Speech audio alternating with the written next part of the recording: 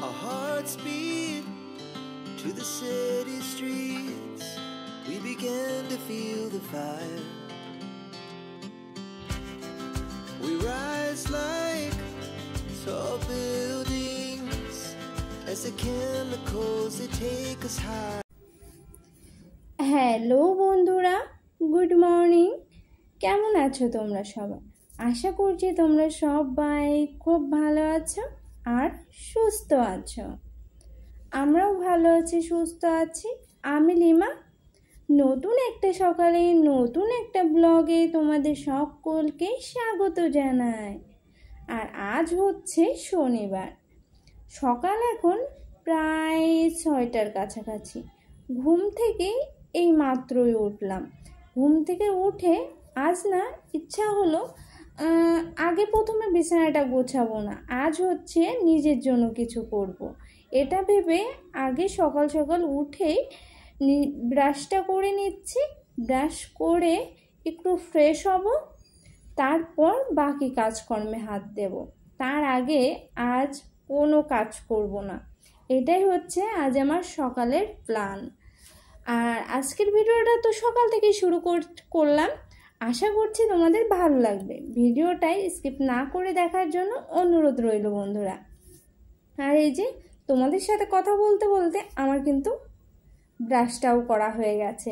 ব্রাশটা করা হয়ে গেছে, এবার চলো হাতে মুখে একটু জল দিয়ে নিই, দিয়ে একটু ফ্রেশ হয়ে নিই।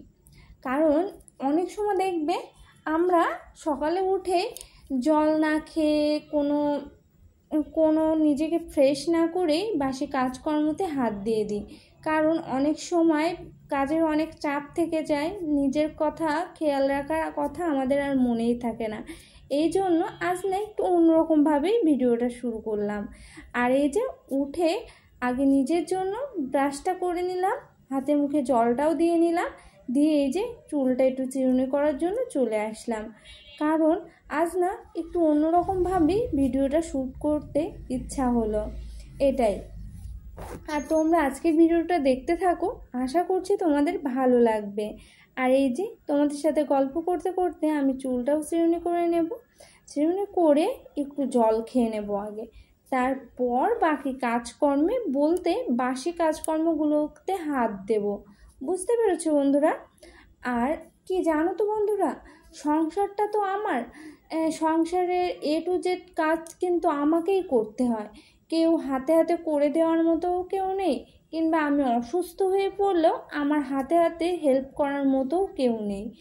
এটাই, যেমন তোমাদের দাদাভাই যদি কখনো অসুস্থ হয়ে পড়ে তখন কিন্তু ওকেও আমাকে সামলাতে হয়, আর সংসারটাকেও আমাকেই সামলাতে হয়। এই জন্য দুজনকে যতটা পারি দেখে রাখার চেষ্টা করি। আর যখন সম্ভব হয় না, যখন দুজনেই অসুস্থ হয়ে পড়ি, তখন আমাদের দেখার মতো আর কেউ থাকে না, একমাত্র আমার ভগবান ছাড়া। এটাই, ভগবানের উপর ভরসা করেই বাকি দিনটা কাটিয়ে দেব। আশা করছি যেটা হবে ভালো হবে। আর তোমরা তো পাশে আছোই, তোমরা সবটাই জানতে পারবে জীবনে কি হচ্ছে না হচ্ছে। যতটা পারি তোমাদের সাথে শেয়ার করব। আর এই যে তোমাদের সাথে কথা বলতে বলতে জলটাও খেয়ে নিলাম। আর গালে কিছু না দিয়ে আজ না খালি পেটেই জলটা খেয়ে নিয়েছি গো, একদম খেয়াল ছিল না। কারণ কাজের চাপ বুঝতেই পারছো, সকাল থেকে উঠে এখন একটা কাজও হয়নি, অথচ নিজের জন্য কাজ করছি ঠিকই, কিন্তু ওদিকে কাজগুলো কিন্তু আমায় টানছে যে কখন যে ওই কাজগুলো করব, এটাই জন্য মনে হচ্ছে সব সময়। আর এই যে শুরু করে দিয়েছি বাসি কাজকর্ম। আগে টেবিলটা পরিষ্কার করে নিচ্ছি, কারণ আমার বরমশাইয়ের জন্য মুড়ি ভেজাতে হবে। কারণ টেবিলের উপরে যে পরিমাণ অবস্থা হয়েছিল বাসনকোসনে, একটু পরিষ্কার না করলেই নয় গো। এ দেখো পুরো পরিপাটি করে গুছিয়ে নিয়েছে, একদম ফিটফাট গুছিয়ে নিয়ে চলে আসলাম বিছানাটা গোছাতে। আর ও ঘরের বিছানাটা আমি আগেই গুছিয়ে নিয়েছি, গুছিয়ে তারপর এই যে বড় ঘরে আসলাম বিছানাটা গোছাতে। আর আজ ভাবছি বিছানার চাদরটা না, বালিশের কাভার 2টা, কোল বালিশের কাভার 2টা, আর হচ্ছে মাথার বালিশের কাভার আর তোয়ালেটা একটু কেচে দেব।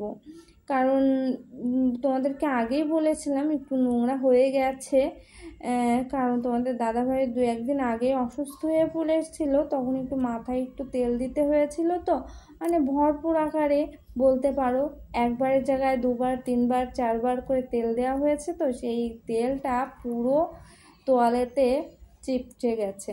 এই জন্য বালিশগুলোর তোয়ালের দিকে তাকালেই না আর যেন ভালো লাগছে না। এই জন্য ভাবলাম চলো আজ পরিষ্কার করেই নেওয়া যাক। আজ সকাল থেকে বেশ রোদ উঠেছে আর প্রচণ্ড গরম লাগছে গো। আর এই যে আমি পুরো ফ্যানটা ছেড়ে দিয়ে তাই বিছানাটা গোছাতে লেগেছি, কারণ না হলে পুরো হাঁপ ধরে যাবে। আমার মূলত এখন একটু বেশ কষ্টই হয়ে যায়, কারণ এই গরমে আমার না পুরো হাঁপ ধরে যায় গো।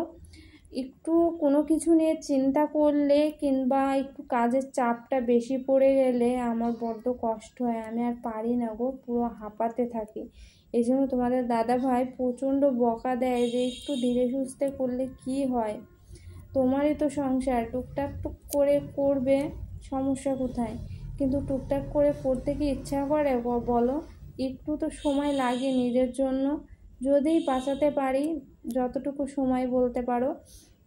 আর এই যে তোমাদের সাথে কথা বলতে বলতে বিছানাটাও আমি গুছিয়ে নিয়েছি। চলো জল গরম করতে বসিয়ে দিয়েছি, একটু গরম জলেই ভেজাতে হবে, না হলে পরিষ্কার হবে না।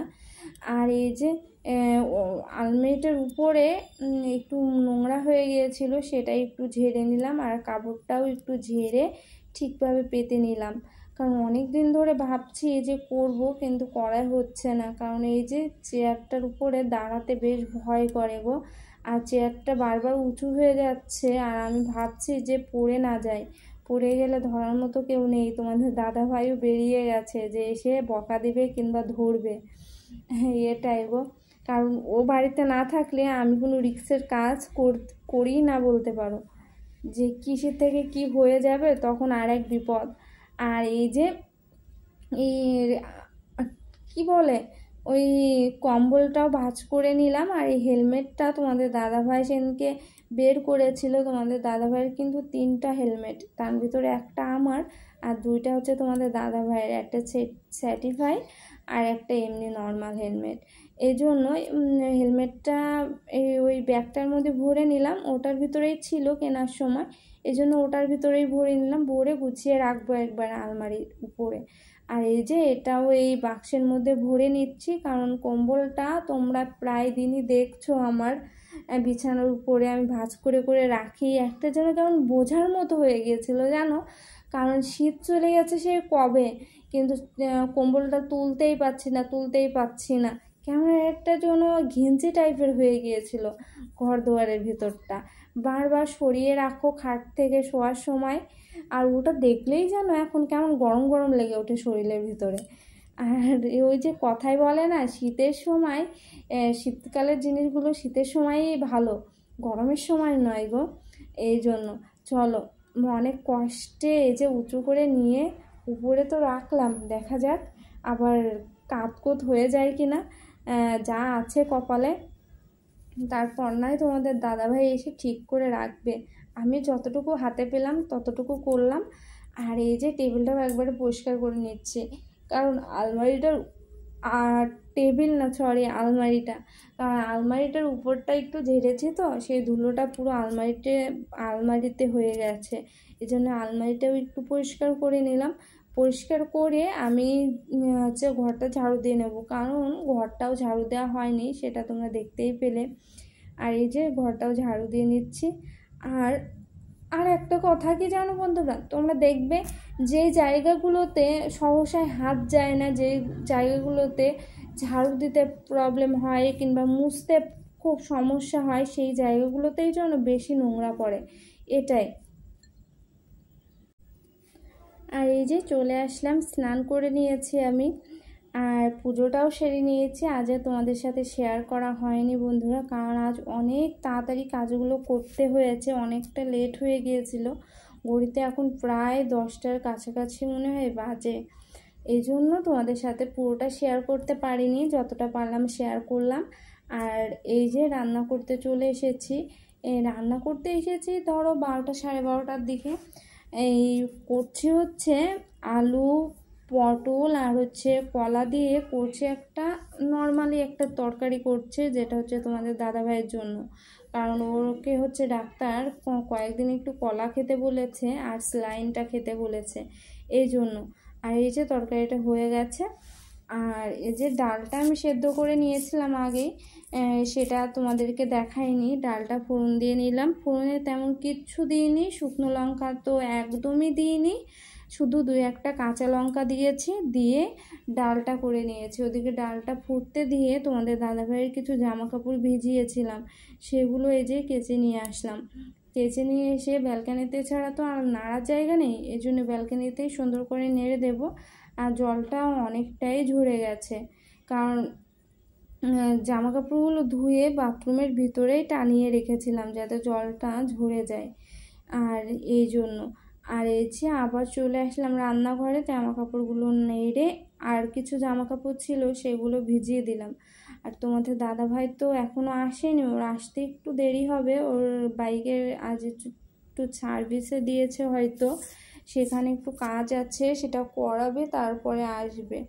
আর এই যে আজ তেমন কিছুই রান্না করছি না, নর্মালি ওই আলু, পটল আর কলা দিয়ে তরকারি করলাম, আর পটল ভাজা আর ডাল, ডিম ভাজা, এই হচ্ছে আজকে আমাদের দুপুরের খাবার ছিল বন্ধুরা। আর এই যে এটা দুপুরেই কিন্তু প্রায় বিকেলের কাছাকাছি, দুপুর না বিকেল, এখন ঘুরতে বাজে প্রায় 5টা, হ্যাঁ 5টা বাজেনি, 5টার কাছাকাছি। ভাবলাম রান্না বান্না তো হয়েই গেছে, স্নানটাও করে নিই। আর কিছু জামা কাপড় ভেজানো ছিল তোমাদের দাদা ভাইয়েরই, সেগুলো একবারে কেচে স্নানটা করে নিলাম, কারণ যে পরিমাণ গরম পড়েছে স্নানটা না করলেই নয়। আর একটা কথা কি জানো বন্ধুরা, আমাদের মতো গরিব ফ্যামিলিতে বেঁচে থাকাটাই যেন একটা পাপের, জন্ম নেওয়াটাও যেন একটা পাপের ব্যাপার। কারণ এই পৃথিবীতে যার টাকা আছে তার সম্মান আছে, তার সব কিছু আছে, দেখবে যার টাকা নেই তার কিচ্ছু নেই, তার কোনো সম্মানও নেই। আর এটাই। আর আজকের ভিডিওটা তোমাদের কেমন লাগলো সেটা অবশ্যই কমেন্টে জানাতে ভুলো না, আর অবশ্যই ভিডিওতে একটা লাইক করে দিও। আর এই যে তোমাদের সাথে গল্প করতে করতে আমার রেডি হয়েও গেছি, আর এই যে জামা কাপড়গুলো মেলে দিচ্ছি, দিয়ে খাবারটা খেয়ে নেব, কারণ দুপুরে এখনও খাইনি, 5টা বেজে গেছে অলরেডি। চলো খাওয়া দাওয়াটা সেরে নিই, দেখা হচ্ছে আরও একটি নতুন ভিডিওতে, ততক্ষণ সুস্থ থেকো, টাটা বন্ধুরা।